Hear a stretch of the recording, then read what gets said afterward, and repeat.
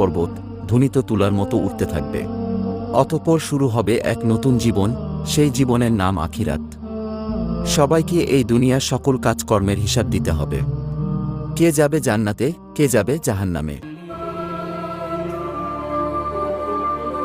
মহান আল্লাহ রাব্বুল আলামিন সবাইকে পুনরায় জীবিত করে হাসরের ময়দানে দাঁড় করাবেন।